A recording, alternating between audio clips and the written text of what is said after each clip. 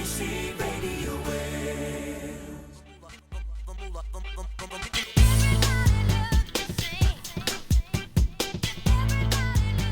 Hello, I'm Aled Hayden-Jones, and in this, the second of 3 programmes in BBC Wales's B-Word season, I'm hearing more about the effects of bullying with Federico's story. Federico lives in Swansea, but he grew up in a tiny republic of San Marino. Like me, he was bullied back at school. Also like me, his sexuality was what they used to bully him with, before he even knew he was gay. Now he's working to prevent other people going through what he did. Morning everyone. Morning. Hello. I'm Federico. I'm here today to run through a workshop that focuses on homophobia, and we will be talking a lot about what homophobia Federico is. runs workshops like these in schools across South Wales. He uses video clips, games, drama and famous gay people who come in and talk about their experiences to show how normal being gay is. So I'd like you to welcome on stage Nigel Owens, rugby referee for Wales. Do I look gay? You better not say yes. What? Why? Because I'm wearing white shoes? You got white shoes on. I spent 10, 12 years of my life trying to be somebody I couldn't be. I'm going out in a week's time to referee in the Tri-Nations, to referee South Africa against New Zealand, which is probably one of the hardest games in world rugby to referee. But nothing would be as hard as telling my mother that I was gay. Until you realise that you're happy with yourself and you come to yourself, you can't get on with your life. Something will be holding you back.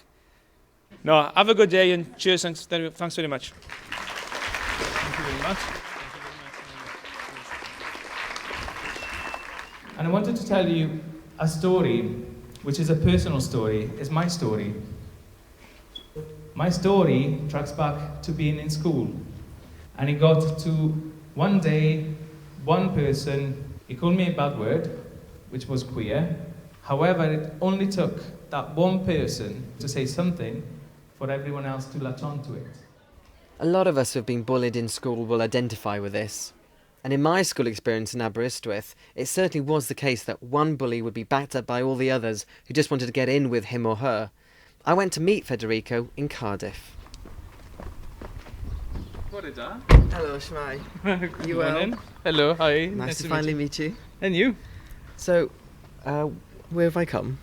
Splot. This is Splot. Yeah, also, some people call it Splo. Okay. just to make it sound a little bit. And what's the relevance to Splot for you? I used to live here. I came here to the UK and well, first for a month, and then 13 years later, still here. Yeah, there's a nice bench. So was Cardiff what you expected it to be? Well, I don't know really what I was expecting. I think you look at the UK from abroad and, you know, English music and all of that, and you think being maybe a rebel, you feel a rebel even if you're not, just because you're gay when you're in Catholic San Marino. And I think that I was just hoping, you know, for all that worrying about who I was to actually be just, you know, something of the past. And did it stop? It did, because I started being myself, so I sort of grew more confident, but there were a lot of issues between me and my partner, and that led to our relationship being strained because of his drinking, and then me realising that I'd lost all my friends because of his controlling sort of jealousy, and also getting to the point of splitting up and him becoming quite violent to the point that I had to call the police twice. I certainly didn't expect that.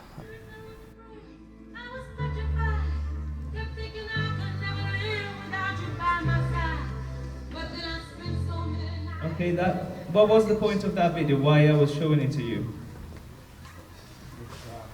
To make you laugh? Yeah? And yet, what do you think that big glitter ball is? The bullion? Yeah? So it's something that falls down from the ceiling, unexpectedly. And that sometimes is what happens to people. Although they think I'm stronger, will survive, sometimes they can't foresee what is going to happen to them.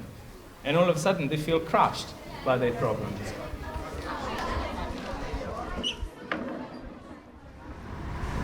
This looks good. Let's go here. Yeah, cool. Yeah, I used to come here when I lived down the road. Do you do espressos or is just...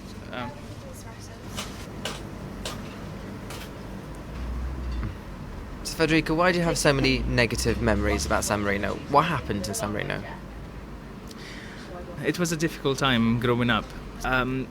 At the age of 11, our parents, myself and my friend Marco, decided to separate the pair of us because we were trouble. As in, we didn't do any studying, we had a laugh, and that's where the trouble started.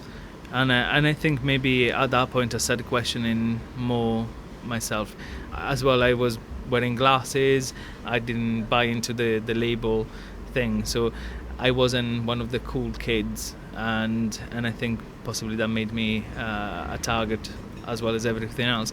So then name calling started then, and the taunting and the isolation as well, because people wouldn't talk to me. And despite what people think, for me personally, it was the isolation. It was the fact that in a class of 30, the class could turn against you, that really made my schooling personally very painful, because you just feel so alone. Did you ever try and talk to them though? Did you ever try and explain how you felt? The fact that I was reduced to tears on a number of occasions was certainly a giveaway for everyone that I wasn't okay. But